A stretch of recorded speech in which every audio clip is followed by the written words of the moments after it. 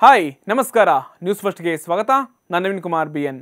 ಭಾರತದ ಯುವ grand master D Gukesh chess ಲೋಕದ ಹೊಸ ಚಾಂಪಿಯನ್ ಆಗಿದ್ದಾರೆ.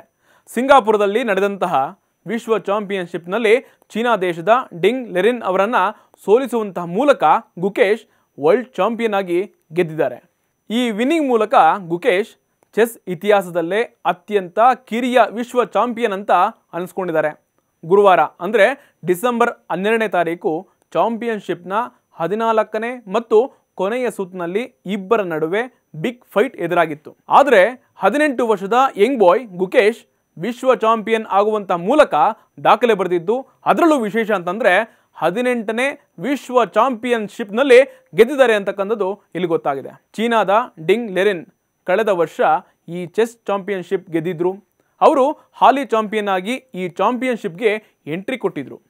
ಆದರೆ ಈ ವರ್ಷದ ಆರಂಭದಲ್ಲಿ ನಡೆದ ಕ್ಯಾಂಡಿಡೇಟ್ಸ್ ಟೂರ್ನಮೆಂಟ್ ಗೆಲ್ಲುವಂಥ ಮೂಲಕ ಡಿ ಗುಕೇಶ್ ಈ ಚಾಂಪಿಯನ್ಶಿಪ್ಗೆ ಚಾಲೆಂಜರ್ ಆಗಿ ಅವರು ಕೂಡ ಎಂಟ್ರಿ ಕೊಟ್ಟರು.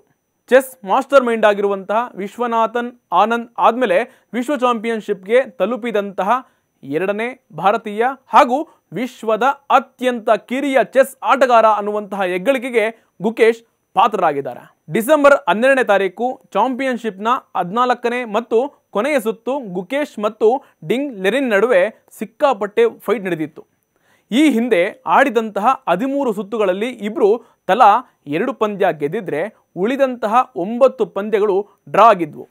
ಸ್ಪರ್ಧೆಯಲ್ಲಿ ಇಬ್ಬರು 6.5 ಅಂಕಗಳನ್ನು ಪಡೆದುಕೊಂಡಿದ್ರು. ಹೀಗಾಗಿ ಈ ಪಂದ್ಯ ಕ್ರೂಷಿಯಲ್ ಆಗಿತ್ತು. ಒಂದು ವೇಳೆ ಈ ಫೈನಲ್ ಮ್ಯಾಚ್ ಕೂಡ ಡ್ರಾ ಆಗಿದ್ರೆ ಇಬ್ಬರು ತಲಾ 7 ಅಂಕಗಳನ್ನು ಗಳಿಸಿ ಟೈ ಬ್ರೇಕರ್ ಮೂಲಕ ಚಾಂಪಿಯನ್ ಯಾರು ಅನ್ನೋದು ತೀರ್ಮಾನ ಆಗಬೇಕಾಗಿತ್ತು. ಆದರೆ ಚೆನ್ನೈನ ಅದ್ಭುತ ಗ್ರ್ಯಾಂಡ್ ಮಾಸ್ಟರ್ ಗುಕೇಶ್ ಇದ್ಯಾವುದಕ್ಕೂ ಅವಕಾಶನೇ ಕೊಳ್ಳಿಲ್ಲ.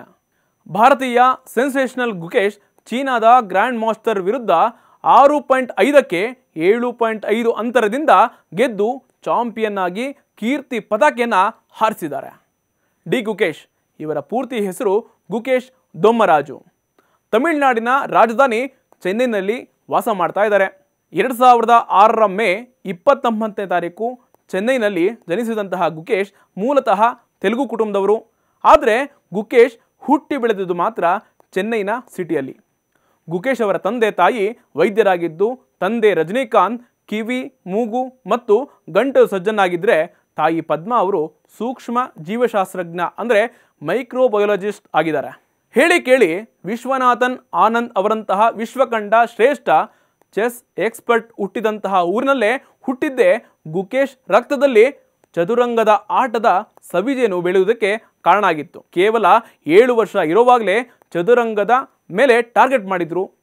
ಮನೆಯಲ್ಲಿದ್ದಂತಹ ಕಪ್ಪು ಬಿಳುಪಿನ ಕೋಣೆಗಳನ್ನು ಎಣಿಸುವಂತಹ ಮಕ್ಕಳ ನಡುವೆ ಶಾಲೆಯಲ್ಲಿ ಚೆಸ್ ಕಲಿತಂತಹ ಬಾಲಕನಿಗೆ ಆಟದ ಬಗ್ಗೆ ಉತ್ಸಾಹ ಹೆಚ್ಚಾಗಿತ್ತು. ಕೇವಲ 12ನೇ ವಯಸ್ಸಿಗೆ ಚೆಸ್ ಗ್ರ್ಯಾಂಡ್ ಮಾಸ್ಟರ್ ಆದಂತಹ ಈ ಬಾಲಕ ಸಾಧಿಸಲು ಇನ್ನೂ ಇದೆ ಅಂತ ಹೇಳ್ಕೊಳ್ತಾರೆ.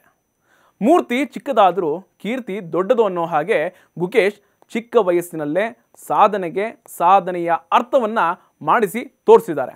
12ನೇ ವರ್ಷದ ಚೆಸ್ ವಿಭಾಗದಲ್ಲಿ ವಿಶ್ವ ಯುವ ಚೆಸ್ ಚಾಂಪಿಯನ್ಶಿಪ್ನ ಗೆಲುವು, ಏಷ್ಯನ್ ಯೂತ್ ಚೆಸ್ ಚಾಂಪಿಯನ್ಶಿಪ್ನಲ್ಲಿ 5 ಚಿನ್ನದ ಪದಕ, 2022ರಲ್ಲಿ ಇಂಟರ್ನ್ಯಾಷನಲ್ ಚೆಸ್ ಫೆಡರೇಷನ್ನ ಒಲಿಂಪಿಯಾಡ್ನಲ್ಲಿ 11 ಆಟಗಳಲ್ಲಿ ಅತ್ಯುತ್ತಮ 9 ಅಂಕ ಗಳಿಸಿ ಪಡೆದಂತಹ ವೈಯಕ್ತಿಕ ಚಿನ್ನ, 2022ರಲ್ಲಿ 2700 ಚೆಸ್ ರೇಟಿಂಗ್ ಸಾಧಿಸಿದಂತಹ ವಿಶ್ವದ 3ನೇ ಕಿರಿಯ ಆಟಗಾರ, 2023ರಲ್ಲಿ 2750 ರೇಟಿಂಗ್ ತಲುಪಿಸಿದಂತಹ ಕಿರಿಯ ಆಟಗಾರ, 2023ರ ಸೆಪ್ಟೆಂಬರ್ನಲ್ಲಿ ವಿಶ್ವದ 8ನೇ ಶ್ರೇಯಾಂಕ ಪಡೆದು ಐತಿಹಾಸಿಕ ಸಾಧನೆ ಮಾಡಿದ್ರು ಭಾರತದ ಚೆಸ್ ದಿಗ್ಗಜ ವಿಶ್ವನಾಥನ್ ಆನಂದ್ ಅವರು 37 ವರ್ಷಗಳಿಗೂ ಹೆಚ್ಚು ಕಾಲ ಹೊಂದಿದ್ದಂತಹ ಸ್ಥಾನವನ್ನು ಗುಕೇಶ್ ತಮ್ಮದಾಗಿಸಿಕೊಂಡ್ರು. ಭಾರತದ ಅಗ್ರ ಶ್ರೇಯಾಂಕದ ಆಟಗಾರ ಆದರು. ಇನ್ನು 2024ರ ಏಪ್ರಿಲ್ನಲ್ಲಿ ಟೊರೆಂಟೊದಲ್ಲಿ ನಡೆದಂತಹ ಇವೆಂಟ್ನಲ್ಲಿ ಗುಕೇಶ್ ಮತ್ತೊಮ್ಮೆ ಚೆಸ್ ಜಗತ್ತಿನ ಗಮನವನ್ನು ಸೆಳೆದರು. ಇದೇ ಮೊದಲ ಬಾರಿಗೆ ಕ್ಯಾಂಡಿಡೇಟ್ಸ್ ಟೂರ್ನಮೆಂಟ್ನಲ್ಲಿ ಭಾಗವಹಿಸಿ 14ಕ್ಕೆ 9 ಸ್ಕೋರ್ನೊಂದಿಗೆ ಈವೆಂಟನ್ನು ಗೆದ್ದೇ ಬಿಟ್ಟರು. ಅಂತಾರಾಷ್ಟ್ರೀಯ ಚೆಸ್ ಬದುಕಿನ ಆರಂಭದಲ್ಲಿ ಹೋಗಬೇಕಿದ್ದ ವಿದೇಶ ಪ್ರಯಾಣಗಳಿಗೆ ಹಣಕಾಸಿನ ಸಮಸ್ಯೆ ಗುಕೇಶ್ ಕುಟುಂಬಕ್ಕೆ ಎದುರಾಗಿತ್ತು. ಆಗ ಗುಕೇಶ್ಗೆ ಕುಟುಂಬ ಹಾಗೂ ಸ್ನೇಹಿತರೆ ಹೆಲ್ಪ್ ಮಾಡಿದ್ರು. ಆದರೆ ಈಗೇನು ಹಣಕಾಸಿನ ಚಿಂತೆ ಇಲ್ಲ. ಅಂತಾರಾಷ್ಟ್ರೀಯ ಚೆಸ್ ಸಾಧಕನಿಗೆ ಪ್ರಾಯೋಜಕತ್ವವನ್ನು ನೀಡೋದಕ್ಕೆ ಹಲವು ಪ್ರಾಯೋಜಕರು ಮುಂದೆ ಬರ್ತಿದ್ದಾರೆ. ಸದ್ಯ ಗುಕೇಶ್ ಅವರ ಸ್ಪಾನ್ಸರ್ ಆಗಿ ವೆಸ್ಟ್ ಬ್ರಿಡ್ಜ್ ಕ್ಯಾಪಿಟಲ್ ವಹಿಸಿಕೊಂಡಿದೆ. ಇದಾಗಿತ್ತು ಇನ್ನು ಸ್ಪೆಷಲ್ ರಿಪೋರ್ಟ್. ಅಪ್ಡೇಟ್ಗಳಿಗಾಗಿ ನೋಡ್ತಾ ಇರಿ ನ್ಯೂಸ್ ಫಸ್ಟ್, ನಿರ್ಭೀತಿಯಿಂದ ನಿಮ್ಮ ಪರವಾಗಿ.